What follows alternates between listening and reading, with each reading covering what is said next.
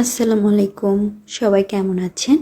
আমার সারা দিনের একটা ডেইলি ব্লগ আপনাদের সাথে আজকে শেয়ার করব। যে সকালে উঠেই প্রথমে ফ্রেশ হয়ে শীতের সময়ে যেটুকু স্কিন কেয়ার দরকার জাস্ট সেটুকু করে নিই আমি। স্কিন কেয়ার বলতে তেমন কিছুই আমি করি না। তারপর সকালের আনহেলদি নাস্তা করে নিলাম। আমার একটু এগুলোই ভালো লাগে। তারপর আমার ইনডোর প্ল্যান্টগুলোকে রোদে দেই। আসলে এগুলো মাঝে মাঝে রোদে দেওয়া লাগে, আর আমার জানালায় প্রচুর রোদ লাগে, এই জন্য এখানে দিই।